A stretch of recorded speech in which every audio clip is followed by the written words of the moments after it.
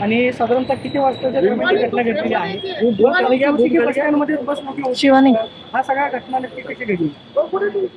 Actually ही जी मुलगी आहे ही पुण्यामध्ये कामाला आहे ती, आणि ती इथून फलटणला तिच्या गावी चाललेली होती. सकाळी 5:30 पावणे 6च्या दरम्यानची ही गोष्ट आहे. ती स्वारगेट बस स्टँडमध्ये बससाठी थांबलेली होती ती. तर त्यावेळेला आरोपी जो आहे तो तिथं गेलेला होता, तिच्याकडनं फिरताना पण दिसतोय. आणि तिच्या शेजारी बसलेला एक माणूस उठून गेलेला आहे. हे दोघांचं बोलणं चालल्यावरती आरोपी तिच्याशी बोललेला आहे, तिच्याशी गोड गोड बोलून त्यानं ओळख करून घेतली तिच्याशी. आणि तिला म्हटलं की फलटणची कुठं जाते ताई असं तिला विचारलं. तर ती म्हटली की मला फलटणला जायचं आहे. तर तो म्हटला की 7-8 बस जी आहे इथं नाही लागत म्हणे, तिकडे लागलेली आहे म्हणे. तर ती म्हटली नाही बस इथंच लागते म्हणून मी इथं बसलेली आहे. तर तो म्हटला की नाही तिकडे लागलेली आहे, चल म्हणे मी तुला घेऊन जातो. आणि सीसीटीव्ही फुटेज मध्ये ती मुलगी त्याच्याबरोबर जाताना दिसते आपल्याला. तर ती त्याच्याबरोबर गेली आणि तिथं गेल्यानंतर बसमध्ये अंधार होता म्हणून तिनं हा प्रश्न काढला की बसमध्ये तर अंधार आहे म्हटली ती. तर त्यावेळेला तो म्हटला की ही रात्रीची लेटची बस आहे, त्यामुळे लोक झोपलेले आहेत म्हणून दिवे बंद आहेत, तू वरती चढून टॉर्चने चेक करू शकते. आणि मग तिला असं गोड बोलून त्यांना वरती चढायला सांगितलं. ती ज्यावेळेला टॉर्च लावायसाठी वरती गेली त्यावेळेला मग यानं मागून दरवाजा लावून घेतला आणि तिच्या बाबतीत हा अतिप्रसंग घडलेला आहे तिथे.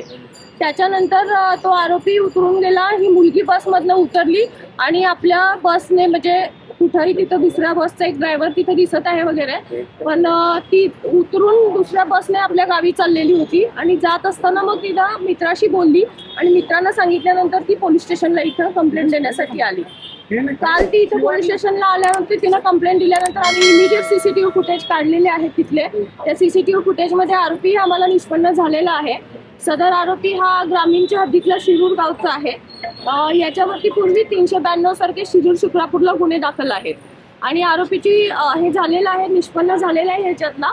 या आरोपीला शोधायला कालपासून जवळपास आमच्या 8 टीम काम करत आहेत. क्राईमच्या टीम आहेत, ड्रोनच्या टीम आहेत, आणि जवळपासच्या भागामध्ये सगळीकडे त्याचा शोध घेतला जातोय. डॉग स्पॉट पण रात्री नेलेला होता, तिथल्या शेतांमध्ये वगैरे कुठं लपून बसलं असेल तर त्या दृष्टीने आमचा सर्च सगळा कालपासूनच चालू आहे. बोलणं झालंय का ज्यांच्या प्रॉपर्टीत ही घटना घडली आहे त्या लोकांना एसटीच्या कुणालाच काही माहिती नाही असं काही घडलंय त्यांच्याकडे? नाही असं माहित नसायचा प्रश्न नाहीये तिथं, परंतु आमच्याकडे कंप्लेंट आल्यानंतर आम्ही त्याच्यावरती कारवाई चालू केलेली आहे. तिथं रात्री सुरक्षा रक्षक नसतात का? पॉईंट आहे आपला पोलिसांचा, त्या सीसीटीव्हीच्या आउटपुट आपल्या स्वारगेट पोलीस ठाण्यामध्ये बरोबर मध्ये बस पार्क केलेली होती स्वारगेट एसटी स्टँडच्या. अशा बसमध्ये रेप होतो, बलात्कार होतो एका 26 वर्षाच्या मुलीवरती, आणि त्या आजूबाजूला कुणालाच कळत नाही. तुम्हाला वाटत नाही का की सिस्टीम मधले काही लॅप्सेस ज्याचे हे परिणाम आहेत? नेमका दोष कुणाचा आहे, चूक कुणाची आहे? एसटी आगारात बस लावून ती लॉक न करणाऱ्या चालक वाहकाची ती बस लॉक होऊ शकत नाही, म्हणून एसटी प्रशासनाची की तिथं सीसीटीव्ही आहेत शांततेत बाहेर पडली, कुणाला काही सांगितलं नाही, आरोपी निघून जाताना दिसतोय शांत. एक्झॅक्टली सीसीटीव्ही फुटेजमध्ये आरोपी खाली उतरले की लगेच 2 मिनिटात मुलगी हे झालेली आहे, खाली उतरलेली आहे आणि नंतर ती निघून गेलेली आहे. बसमध्ये बसून ती गेलेली होती. निंब्या रस्त्यात गेल्यानंतर तिने तिच्या मित्राला फोन केला आणि त्याच्यानंतर मग ती परत त्यांना सांगितलं की नाही तू याच्यात कंप्लेंट कर. यानंतर मुलगी जवळपास 9च्या दरम्यान पोलीस स्टेशनला आलेली आहे ह्या सगळ्या गोष्टीची माहिती द्यायला. शॉक मध्ये होती का हे सगळं झाल्यामुळं? तिला काय करावं कदाचित आपण तसं म्हणू शकतो, त्याच्यामध्ये तिला सुचलं नसेल आणि त्यामुळे ती उशीर आली असेल. परंतु ती आल्यानंतर आपण इमिजिएट तपासाची चक्र सगळी फिरवलेली आहे. त्याच्यामध्ये 392 सारखे गुन्हे आहेत त्याच्यावरती. शिक्रापूर शिरूर या भागामधले त्याच्यावरती गुन्हे आहेत. पोलीस चेक करू शकत नाही बसमध्ये काय होतं. ही बस आतमध्ये होती त्यामुळे सेक्युरिटीचा प्रश्न तिथल्याही येतो. त्याच्यामध्ये सेक्युरिटीचं काय आहे त्याच्याबरोबर.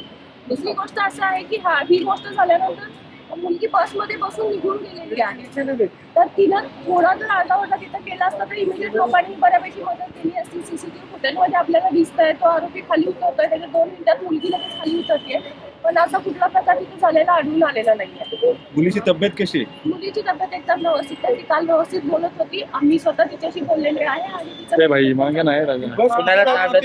त्याचा ढिसाळपणा नेमका गेल्याचा दिसतो. म्हणून बाहेर पडल्यानंतर कोणत्या गेला पट्ट जी आहे ती भागामध्ये तपास करतो. आता पट्ट जी आहे ती डिटेल तुम्हाला देऊ शकत नाही, कारण त्याच्यामध्ये असं आहे की आरोपी जर ताब्यात ऑलरेडी आम्ही त्याला कालपासून शोधतो, आमच्या ताब्यात आलेला नाहीये, त्यामुळे तपासाची पूर्ण डिटेल्स आपल्याला